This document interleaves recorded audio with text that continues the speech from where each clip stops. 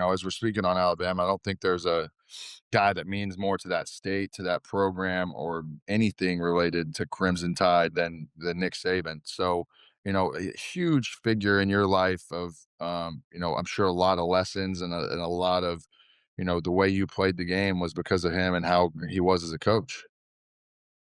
Yeah, man. Nick, the way I carry myself today, and the way I raise my family, bro, it's a lot to owe to him. Like I can never repay Alabama for what they have done for me and my family. Even like during the Alliance League, the AFLs as we talking about right now, Nick was the reason of that. I was talking about getting back into football and stuff, and I got bored. I wanted to do something. And he told me to hit up um, Joe Pendrix, man, and he was the president of the team and stuff, and he was my offensive line coach at Bama. Um, and Joe Pod, man, he just, he just told me, "Hey, I want you to go in here and be lights out and be the guy I want you to be." And that was, all thanks to Coach Saban, man. It's a lot that Coach has done for a lot of these players, man. That that we don't bring up, and people don't see it, and it's behind closed doors. Man, I can remember um, at the time, I thought, I was in trouble, man. He called me up to his office one day, and he's if you ever been in Coach Saban office, man, his office kind of sit up a little bit 'cause Coach Saban, and he's a little shorter. His office his desk kind of sit up a little bit, and so it's dark in the room, and it's like this light that's kind of like beaming down, and it's like Coach Saban and Cedric Burns, which is his guy that's always with him, and they're in the office, and Coach called me. It had to be like 10 or 11 at night. Coach called me like 3, "Come to the office right now." I'm like, "Oh, like, damn, what did I do?" I'm blaming it on Mark. I'm blaming it on Mark. I'm blaming it on Julio. They in the lead. I don't know what's going on. And so, man, he called me up in there, and this is when he had the clicker for the door. And so soon as the door, as soon as you walk in, he hit the clicker, and the door closed behind you. So I'm like, "Oh my gosh." And so he pulled out I walk up to the desk, he pulled out this piece of paper, and he just kept coming out. It just kept coming out. This mug pull out a old school map of Pensacola, like how to get to Pensacola.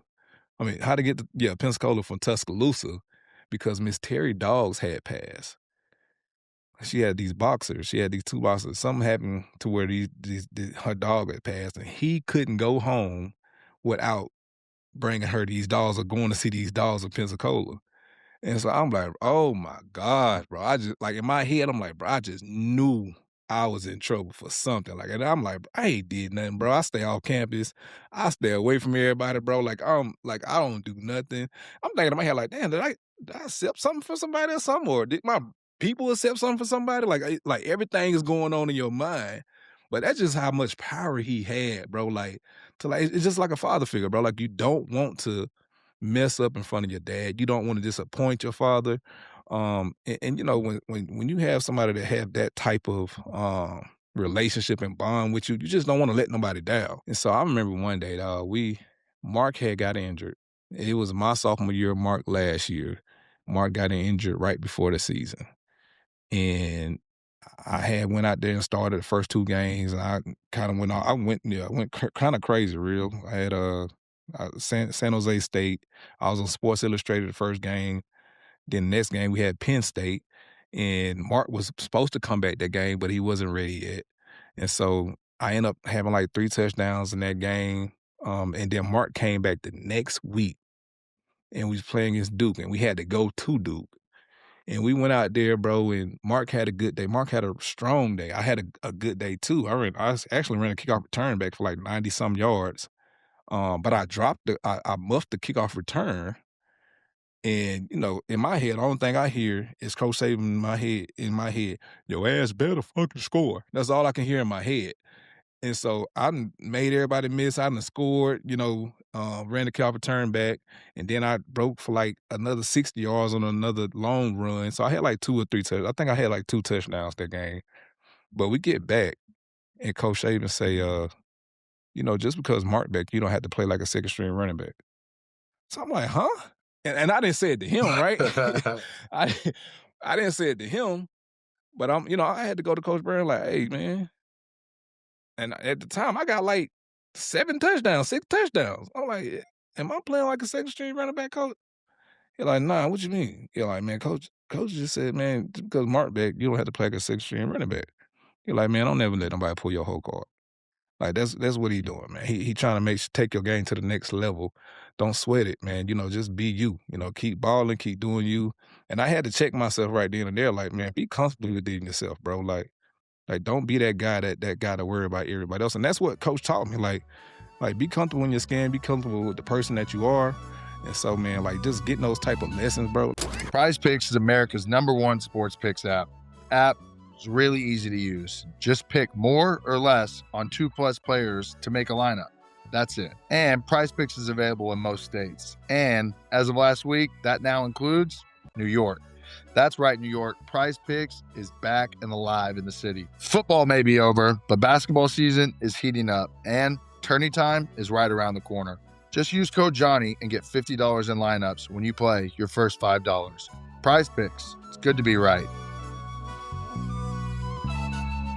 You know, we've had AJ McCarron and PS2 on, both Bama guys, and they talked about the standard he sets of when you win a natty, how the very next day he's obviously breaking down that film, putting that behind him, and he's already like on to the next. You know, we had stories about, you know, when we played Alabama that first year in 2012, and it's in the offseason, you get into the first meetings, he's scheming on how to play Texas A&M again for the next year.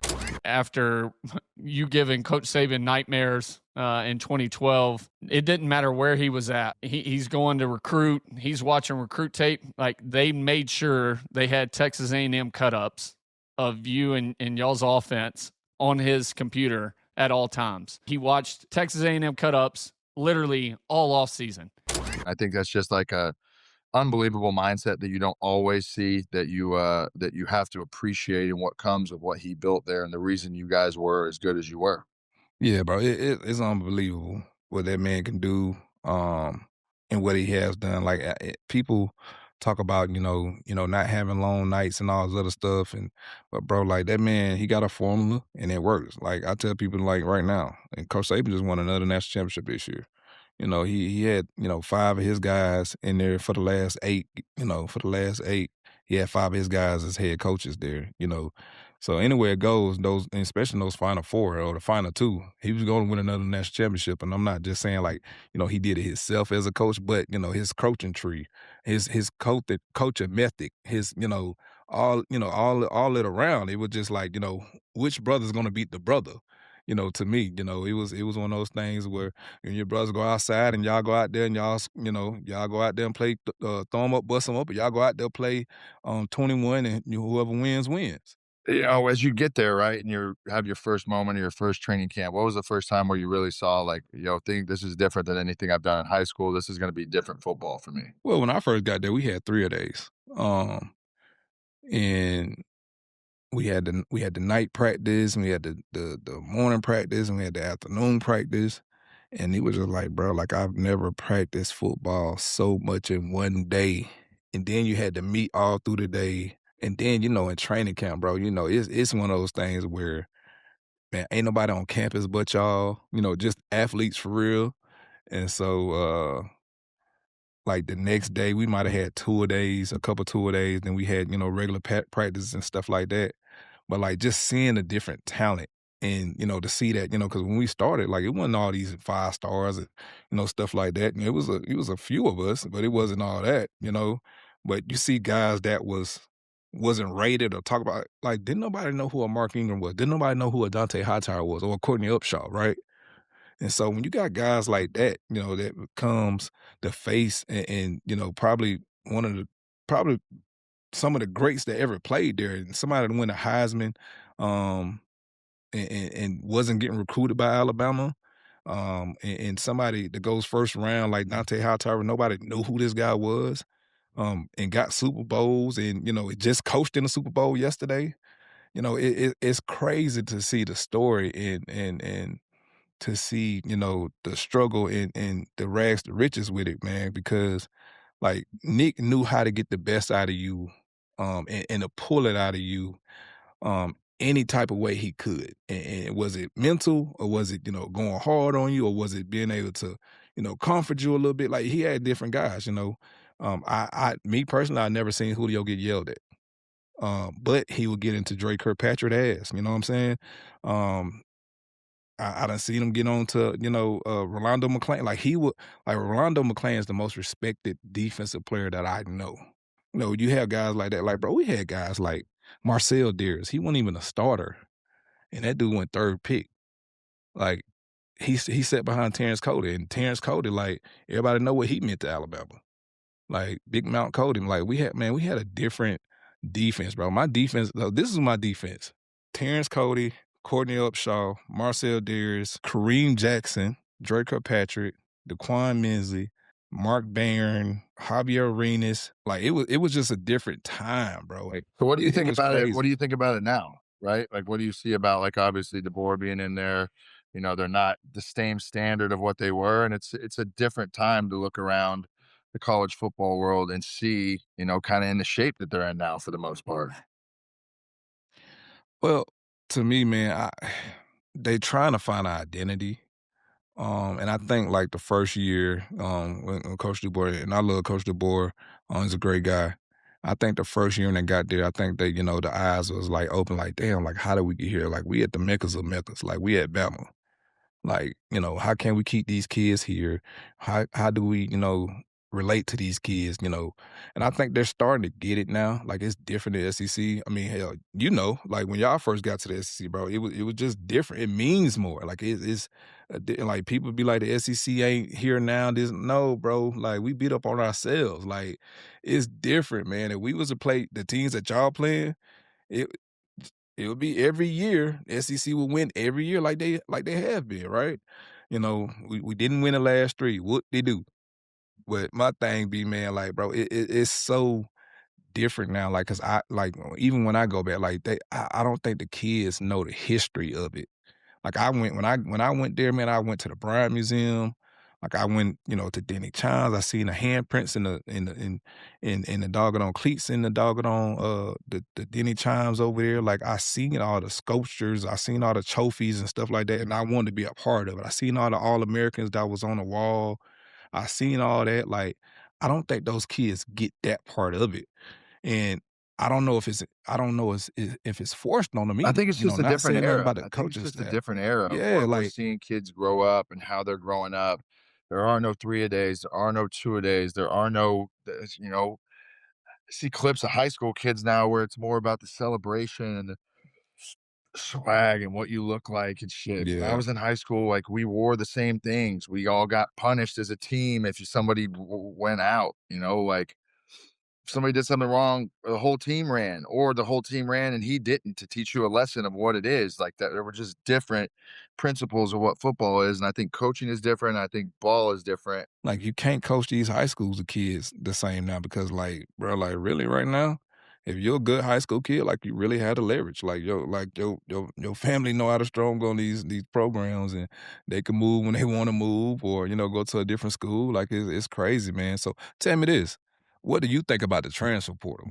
You shouldn't be able to transfer as many times as these guys are transferring, right? You shouldn't be at a new school every single year. You should, not be able to transfer from Texas to Oklahoma or Auburn to Alabama. You shouldn't be able to do that. It's just college, and I've said this multiple times on here, which is college football has got too player friendly, where they have too Mhm. much power in what it is. And the idea of what this was originally is different than what the actuality of the whole thing has come out to be. And that's just the fact. Like, guys can leave and, there's no loyalty to a team, there's no loyalty to a program. And there may be a coach on that staff that identified you from a high school point and said, yo, um, we're going to believe in you and give you an opportunity. And then the second that you get big or make enough plays to put on tape to get recruited by somewhere else, yes, are you going to a better opportunity maybe for you to get to the end goal, which is to get to the NFL? But the same day, what about the loyalty of that guy and that coach giving you a chance? But on the flip side, to think about it in another way, coaches for a long time have had the ability to bring you there. Maybe you redshirt and then they go take a better job. So now you're left in the cold with a staff that doesn't want you and in a situation that, would have been better if you went somewhere else. So There needs to be some changes, and I tell people this all the time. It's gonna take a guy and a group of guys like Coach Saban that know the game and know the landscape and know what goes on in the ins and outs of the backdoor meetings and everything that happens to put guidelines and guardrails in place to be able to make it fairly competitive for everybody involved. Yeah, listen, I definitely agree with you. I'm one of those guys that I think it should be set up like you got to be able to spend at least 2 years there. Then you can take your transfer, at least one. Or if your coach leave, you can leave. I think all that different, hopping from spot to spot, and bro, it start. Listen, man, I'm in the world of little league too with my youngest son and stuff like that. So, bro, I see it through little league, through middle school, through high school. Like it's so crazy, and it's taken the world by storm, bro. But at the end of the day, like I tell people, like I don't like the transfer portal, but I don't listen. I'm for the NIL, and I'm for the NIL because it's guys like me, it's guys like you, it's guys like Tebow, it's guys like Julio, it's guys like AJ, that could have made tons of money for their likeness. Well, hell, I know you try to, you try to do something with your name with the Johnny football stuff. I mean, I really think you kicked it off for real, like bro, like you put awareness to it. Like, imagine a guy like Tim Tebow had the college career that he has, probably one of the best of all time, one of the best of all time for a college football player, or Reggie Bush, or Vince Young. Vince Young was my favorite player growing up. Like to see those type of guys not make nothing, and then NCAA is making all this money off us. Like that's man, that's a punch in the stomach. Like even with the rule of getting the back pay, how did they just start this at 2014? like who picked that number to be like, hey, this is what we're gonna go back to. And then, if you played before then, You're out of luck. like a pro throw. Yeah, and like pro throw. Pro throw broke his doggone ankle and he was never the same. He broke his foot ankle and was never couldn't play again. And he had a crazy catch and still came down with the ball. Or Marcus Lattimore, right? Man, I watched that kid, bro. Man, Marcus Lattimore, me and Mark got our ass to that game. Well, Mark had 6 carries, I had 5. We had 11 carries combined. We're looking at this kid, and I say kid because at the time he was a kid. We looking at this kid with 40 carries as a freshman with over 200 yards on our bro, we over there hot. We heated. Bro, we go there next week of practice, bro. We ran all over. We ran, you had your days on, when you practicing. Like you ain't finna go run nobody over. You ain't finna go, what I mean, do all this other stuff, bro. We was running everybody. We was running through all type of arm tackles. Wasn't no tagging off. Like, bro, ain't no way y'all in hell that y'all can't tackle this guy. Y'all can, and y'all got us over here. Like, bro, that was just the mindset of it. As you speak about that a little bit, so in '09 as a freshman, you sit behind Mark, his Heisman Trophy winning season. So you get a chance to see that early on. I know him well because of my time in the Heisman stuff, and he's one of my favorite people ever. Speak a little bit about what he meant to you, and obviously being able to watch a guy who's an incredible talent as you were so young. Man, it was amazing, watching him in high school, to come in and play with a guy like Glenn Coffey. A lot of people don't count Glenn Coffey in, with the backs at Bama, but Glenn Coffey, Juice was the damn truth. Like, Juice kind of started off for us, and Glenn Coffey was just different, man. But watching Mark, um, you know, as a senior in high school and looking what he was doing, I'm like, bro, I can do this. Like, if he can do it as a freshman, bro, I can do this, bro. Like, he gave me a different mindset coming in too because I wanted to be the guy. I wanted to get on the field. I wanted to be the guy that, I wanted to be the guy. I wanted to be the starter, right? But you got a talent like Mark, bro. Like, Mark mentally, like, is probably one of the smartest guys that I've ever met. Like, Mark can sit there and all the stuff that I learned in the AFF, he knew it as a sophomore in college. Like, he can look at a picture and tell you the coverage. And you can take the picture off just like that. He can look at it and he can tell you the coverage. Like all those questions that, coach asks you while you get on the board and stuff, he was asking Mark those questions. Cause he was the guy, right? I was stronger than Mark. I was faster, but like mentally, he was really slippery. Like you couldn't no one defender take him down. He was tough as shit. Like, he was just a different dog, bro, and so trying to take all that he had and all that Upchurch had and trying to take the little stuff that I would get with T. Grant and even watching Glenn And even learning from Eddie. Like, I wasn't a spinner, but Eddie had the spin move down, just trying to, trying to use the feet like Eddie. Like I kind of took something for every one of my backs that was in the room. And so, I would sit back and watch and take that stuff in. But like Mark was just like he deserved a Heisman. He had a different story.